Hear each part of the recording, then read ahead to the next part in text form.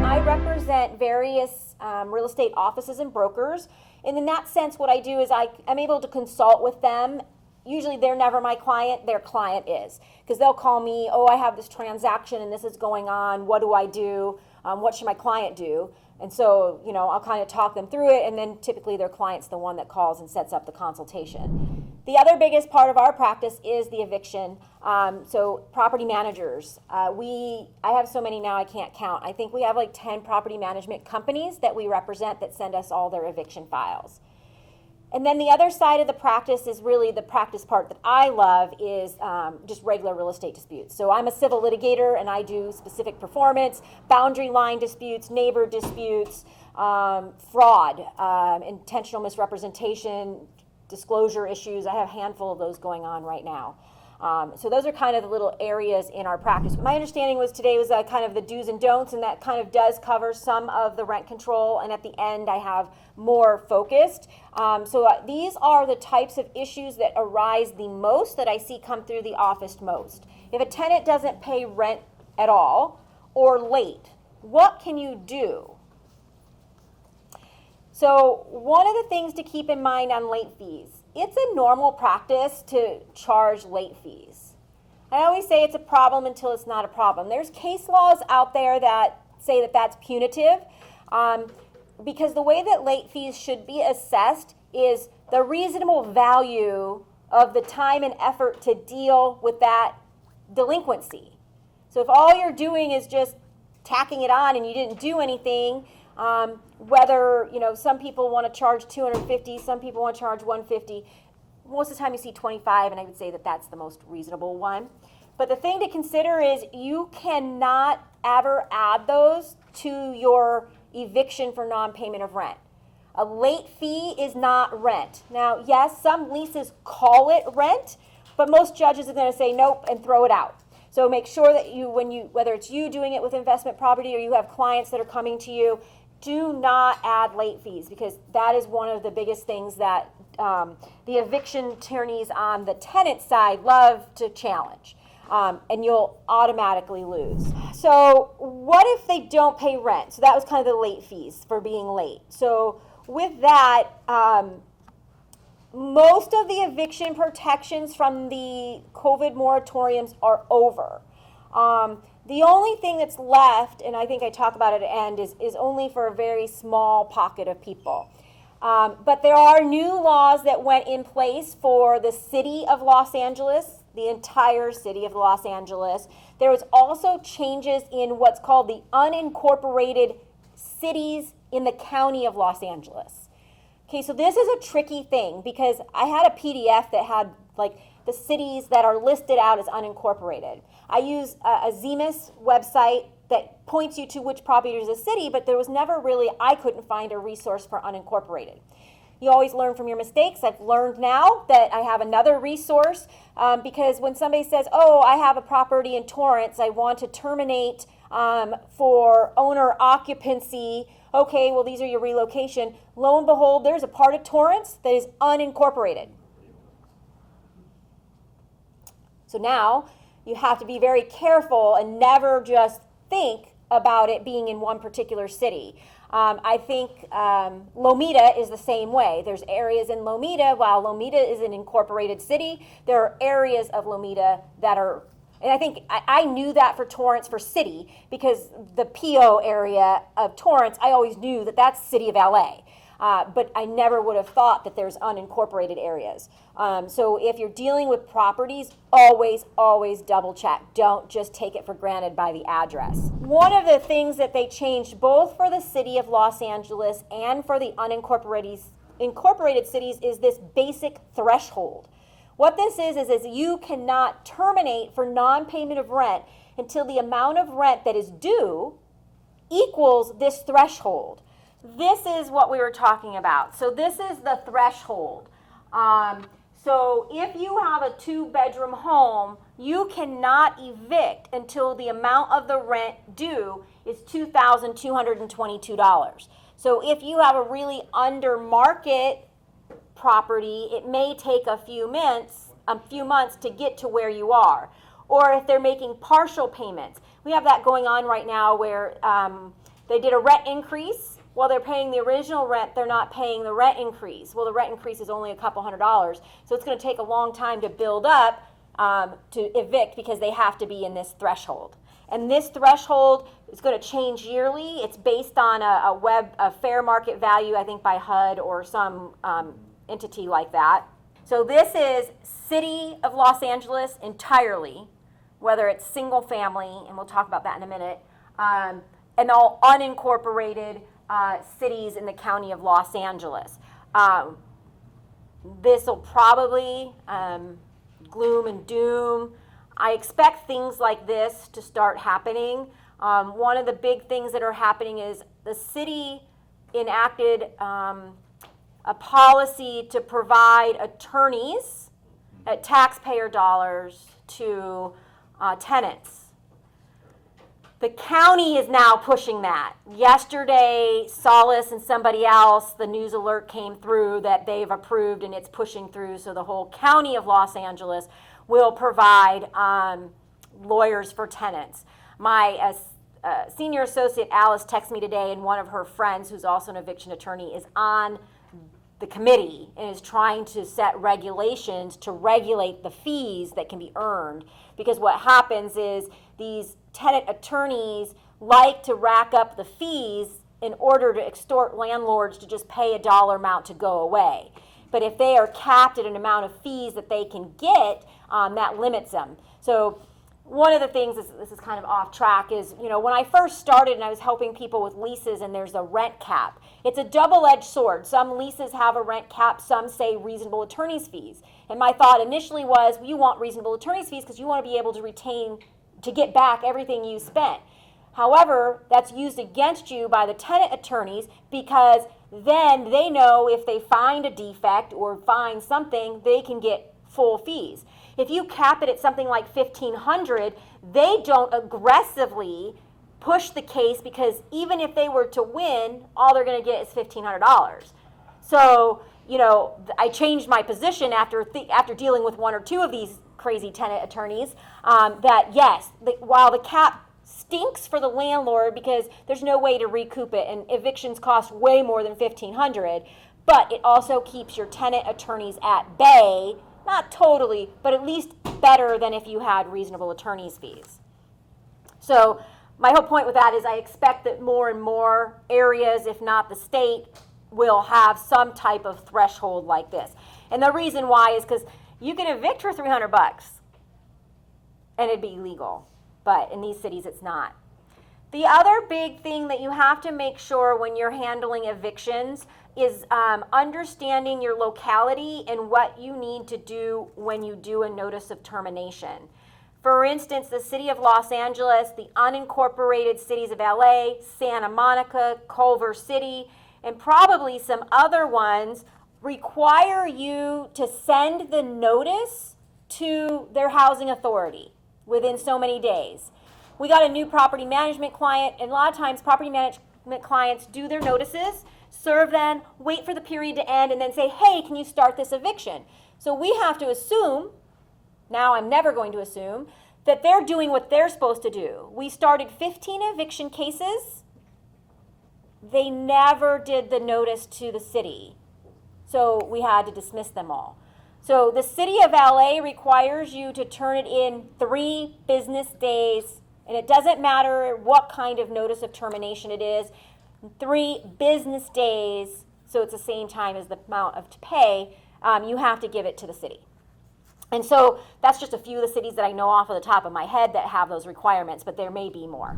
3-day notices to pay or quit. You must ensure that the notices comply with the statute. One little thing can get you kicked out. For instance, if you're a property management company and you just put your property management name as the person to deliver the rent to, that is a fatal flaw. It has to be a natural person. So it can be Eileen of Property Management X, but it can't just say Property Management X.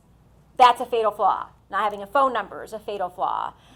Make sure your math is good because that's going to be a fatal flaw. Always keep in mind, too, that the time of payment of rent is 3 business days. So it excludes Saturdays and Sundays, and the first day is the day after you serve it. So if I served a notice today, Friday, my first day is Monday, and they have till Wednesday to pay the rent. If you're working with your clients and they're managing their own property, please, please, please do not allow them to take payment by automatic deposit, whether it's Zelle or Venmo, because you can't turn that off. Property management companies use a program that you can toggle it so that once the 3 days passes, it will no longer take rent payments. You can't do that with Zelle or Venmo. And if that tenant pays any portion of the rent after those 3 days, your notice is invalid and you have to start over. It's easy. More people are doing it.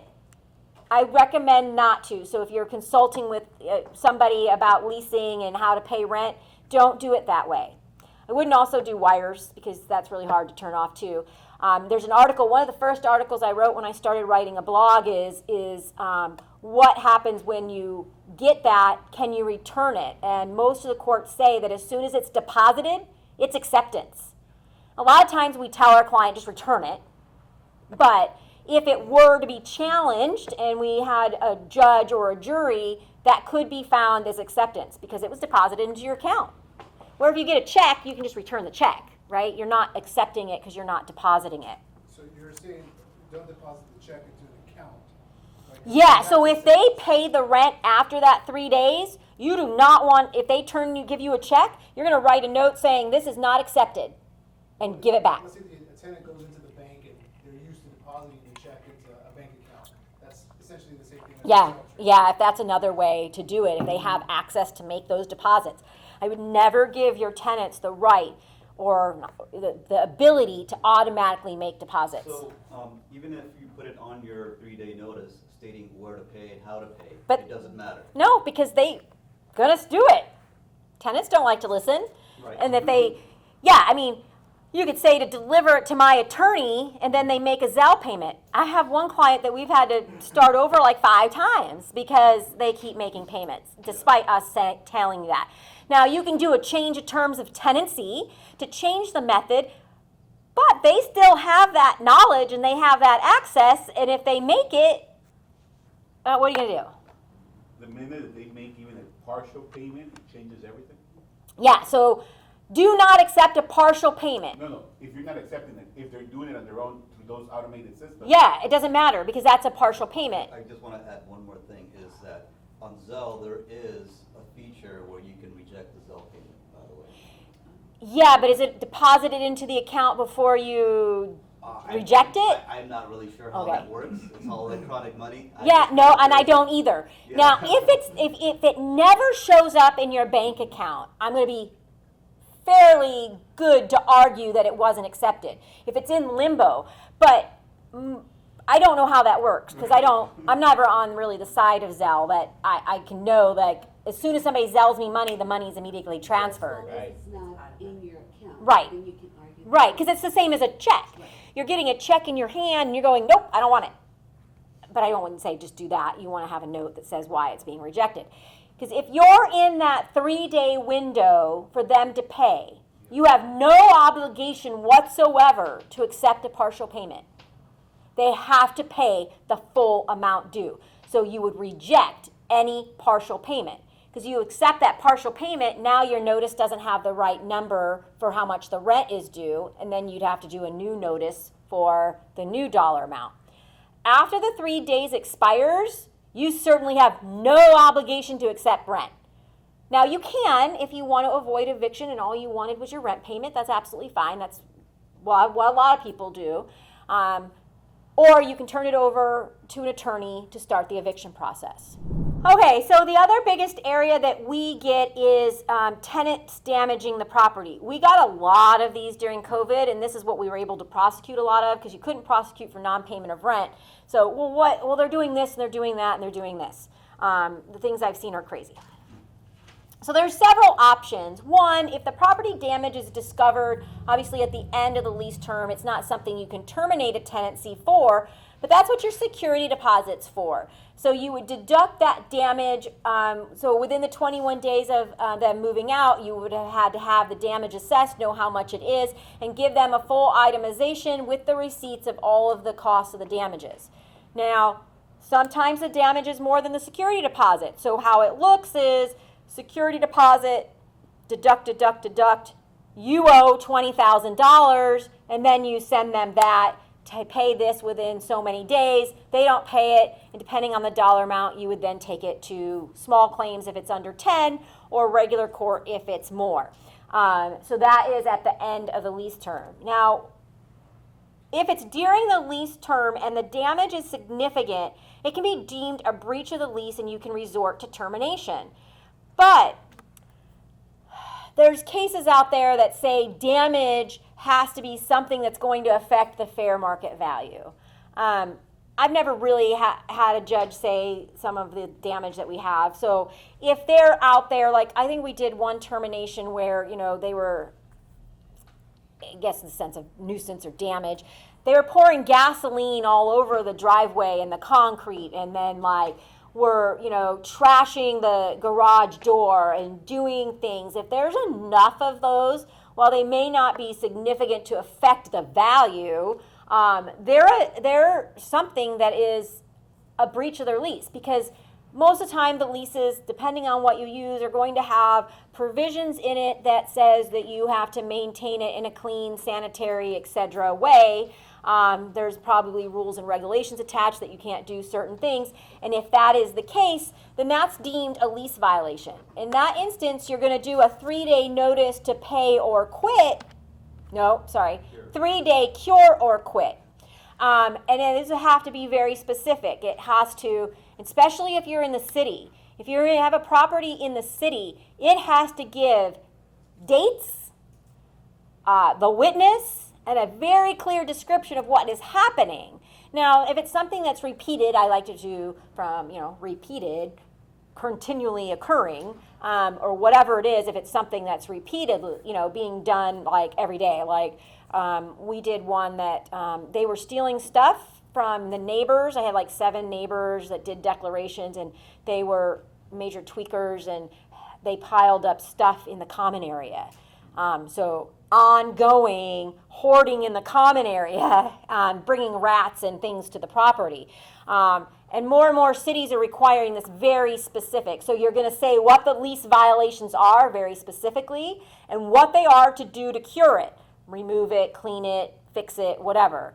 If they don't do that within the 3 business days, now we do it in every instance. Because as a safety measure, because you don't know when things are going to change and whether things are going to be retroactive, is the city, unincorporated city, and I believe now the state law require you then to serve a 3-day quit. So in the old days, it was just a 3-day cure quit, 3 days ends, you just go in. Now you serve the 3-day cure quit and then the 3-day quit, and then you can proceed with the eviction. And like I said, we just do it in everyone because it's always hard to keep track of which ones is which, and it's always changing. When you're looking at these lease violations, you want to consider whether it's a material term. I have people come that say this little thing and this little thing and this little thing. I, as an attorney that is going to take this in front of a jury, I have to think about perception. What is a jury going to think if you're nitpicking tiny little things?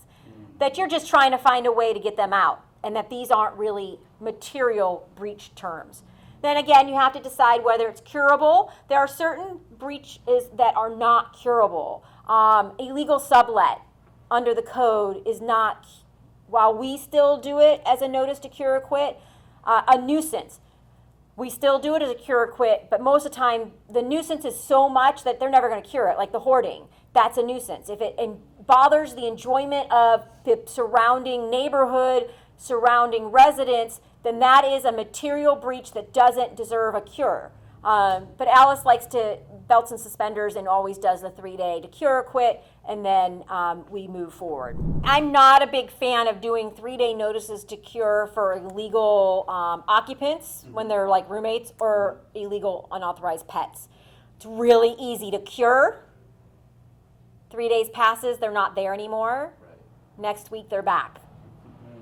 So it's something that's so easy to cure, but not really, right? So like obviously cleaning up a hoarding pile, hard to cure, probably not going to happen right away again, right? So I'm not a big fan of those two. Now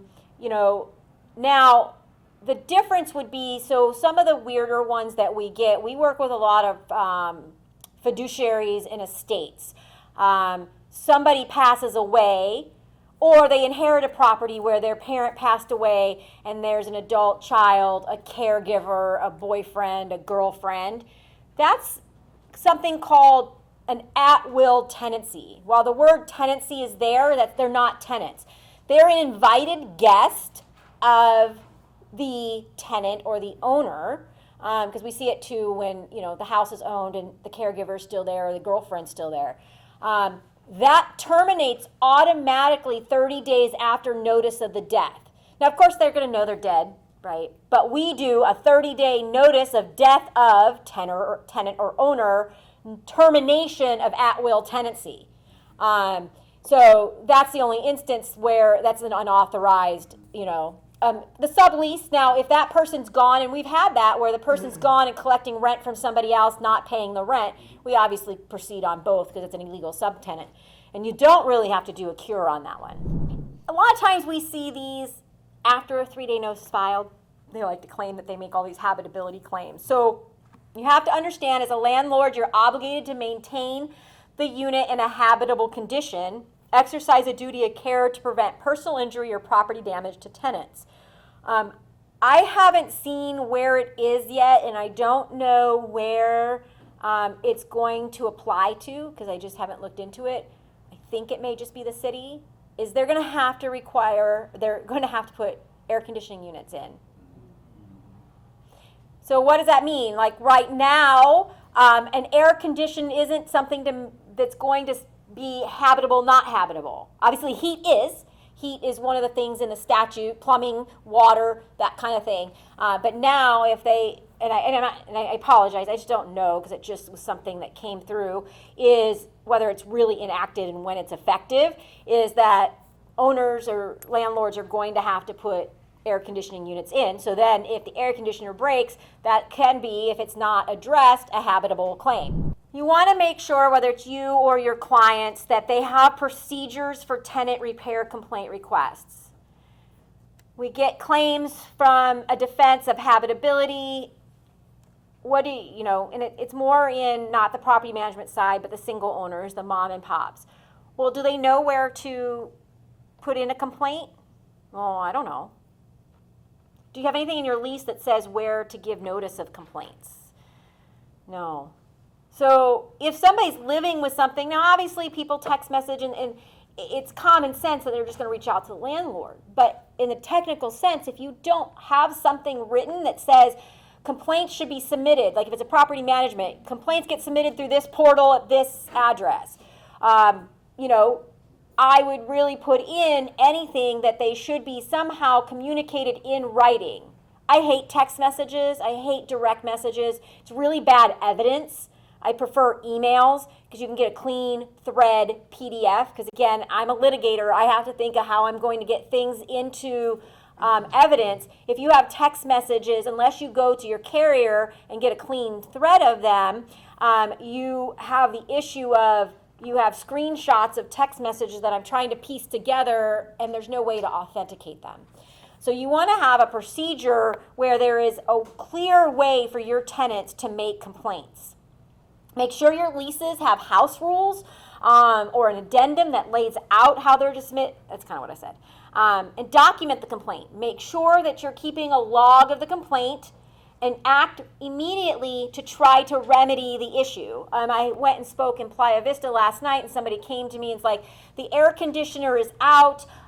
What can but they're trying to get a technician. Is it okay? Well, as long as they can document that they're trying to get the technician and they've done this and they're waiting for a part, I feel more comfortable with that than if you just ignored it. Document all of these efforts. And and make sure that you're keeping track of receipts and things like that. The other big thing to make sure, and this is kind of back and forth with what we talked about, is the regulatory compliance. You not only just in Los Angeles, but there's one now city in Orange County, and obviously in San Francisco there's a bunch of rules, but the state has rules, and you want to make sure that you know what those regulations are and that you're following them. For instance, the city of Los Angeles requires you to be registered and paid fees. Inglewood. I had somebody come up to me last night, this registry form, do I really have to fill it out? Why do I have to tell them how much my tenant's paying? I don't want to do that. Well, if you don't follow these rules, you cannot legally collect rent. Then what happens is when you try to evict them, they're going to countersue you for all of the rent that you illegally collected because you weren't registered. That could get ugly. Fair housing issues, policies and procedures for screening tenants. You want to make sure that it's an objective way to make the determination and being consistent with applying those criteria. This is debatable because some people don't do it this way, but the best practice to avoid fair housing issues is to accept the first person that applies and qualifies in the processing. So you got an application at noon today and one at 1 and one at 3. You start processing with the one at noon. If they qualify, that's the one you take. The problem is if you have now looked at all of them and then there's some other factor that's not related to the criteria that is making you make that decision, whether you're intending to do that or not, that could be subject to some fair housing violations. So for mom and pops, while it seems silly, is you want to have something in writing that lays out what your policies are.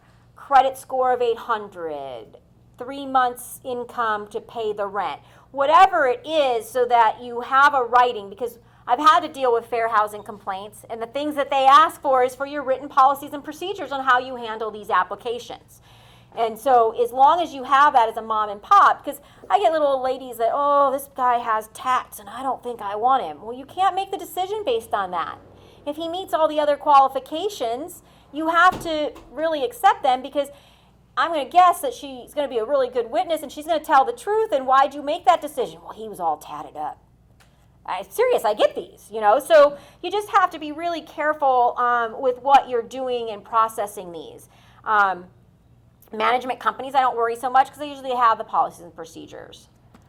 So you want to have some policies on gaps in rental history and how you deal with it. Incomplete rental histories and how you deal with it. No rental history and how you would deal with that. If there's a difference between the information provided by the applicant versus provided by a landlord. Eviction filings. What you do if there's a foreclosure. Unverifiable address or inconsistency with resident history.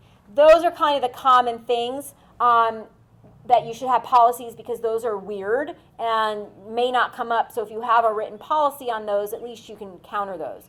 The common screening criteria is a couple of ones I mentioned, which is the minimum income requirements. And it has to be combined income of all persons together. And it should be appropriate based on the age, location, and condition of the property. The other is credit reporting information, whether it's a 750, 700, and then what the previous rental history is.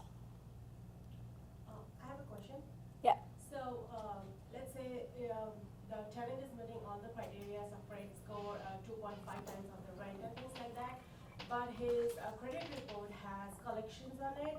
So is that a reason why landlord can? If you have a policy that says if they have collections, I'm not going to accept them over something else, and then the next applicant meets that, you're okay taking the one that meets all of the criteria. That's why you have criteria set up. I would set it up like a checklist. If I'm a mom and pop, I have a checklist of the things I'm looking for. If they can check all the boxes, you're going to take them. If they can't check all the boxes, then you don't. So do I need to put that upfront? So like, let's say my ad is up on 0, I usually put like the credit score has to be 640 plus, the income has to be so much, and things like that, no pets or pets. But then do I need to specify that, no collections Yes. and things like that? If that is your policy, I would put it in there, because they don't know. So I have a question regarding the application. Now, when I receive applicants and they have a steady income, and I accept them with the purpose of them continuing to have that steady income. Now, in some of these new rental guidelines that they put in, they have these income requirements. If you're below a certain income, you have to treat them kind of like. Well, that's the low-income housing, right? Right. So basically, so if this person loses his job, do they qualify for that low-income kind of criteria? And my other second part to that question is, could we put some kind of phrase or a clause in our lease agreement saying, if your income changes, you have to disclose it to us? I don't know. People lose jobs. Mm-hmm. Then they get a job a week later. Right. I would say that no, it doesn't automatically, because I think what they look at is a year, Mm-hmm. like what your taxable income is if it falls below. I've never encountered that. I don't know. I don't like that idea, because things change. Right. You know, just like I also spoke yesterday at one of the property management companies I handle cases for, and we talked about fair housing. You can't discriminate based on where the money is coming from, as long as it's a verifiable source of income, whether that's a trust fund or something else. You can't say you must have a pay stub or you must have that. And so that's where I'd be careful with something like that. Thank you. Can't deny an application if they don't have a social security number or on the sex offender list, source of income like we just talked about. And then certain types of arrests and convictions are also not grounds to deny. There's like 3 pages in the fair housing that talk about this, so it's a little complicated because it talks about whether it is something that's serious of nature to cause harm and whether it's actually been prosecuted as a conviction and that type of thing. All right, so real quick, what protections are still survived in the county?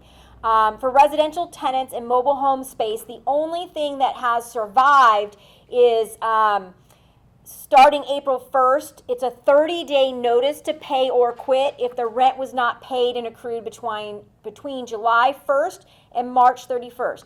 Now these, I should go back. These are only for people that were protected during the moratorium for non-payment of rent.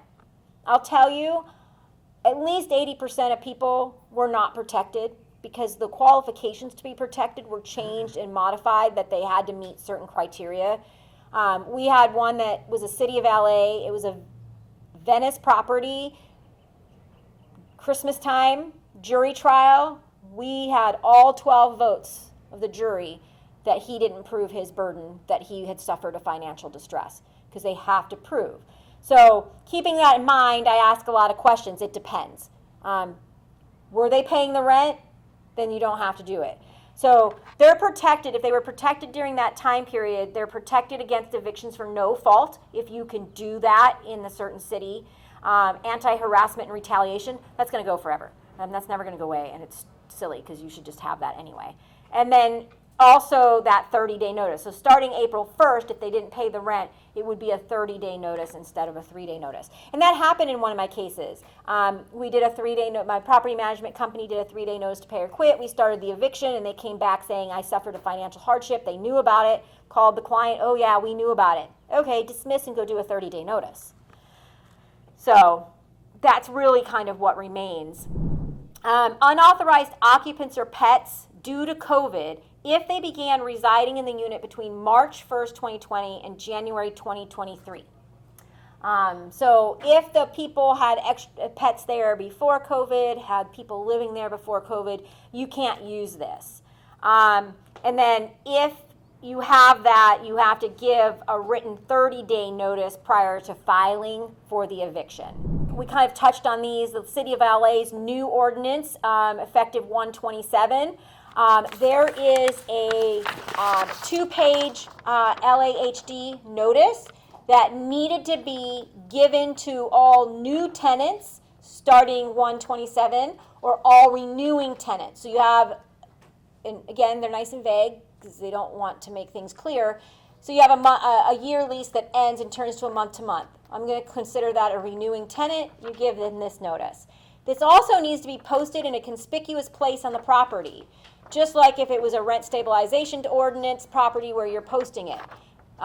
Good question is, I have a townhome that I'm renting and there's no common area to post it because there's no garage. Because I'm going to say if you have a house with a garage that you're renting, that's where you're going to put it. But what if you don't have a garage? Okay, if they have a laundry room, a laundry nook, I really don't know, and I really don't know how they're going to enforce that on those situations. Because obviously in a multifamily, you put it in the laundry room or at the mailboxes, right? So they make silly rules for some. There's also relocation assistance, which is kind of runs in track with the RSO properties, except if you have a single family, they catch a break and it's 1 month's rent. Notice must be given to housing authority, which we talked about, within 3 days. There's also this economic displacement. So if you have a single family, you can raise the rent to whatever you want, 10 or with 30-day notice or more, with a 60-day notice or 90, I think now. Now a tenant can turn around and say, nope, I can't pay that if it's over 10%, and then you have to pay relocation. And if you go to LAHD and get this, it has it on there. So if you have a multi-unit not considered a mom and pop, the relocation can be as high as $23,000. Now this is from February. Those numbers just changed July 1st, so they're going to be higher. You're a mom and pop, you're going to have to pay, if they're 65 and older and meet all that, nearly $18,000. So don't raise the rent more than 10%. Okay. I am on every social media platform. This is where you can find me. I also have a monthly mailer that I send out. I'm starting to do one that, did you know? I did some research on some trash and like organic waste and learned that 5-unit buildings in certain areas have to have meetings on how to deal with organic waste. So I did you know? I learn a lot as I do this with clients because they ask that question. I send out things like that. And I thank you.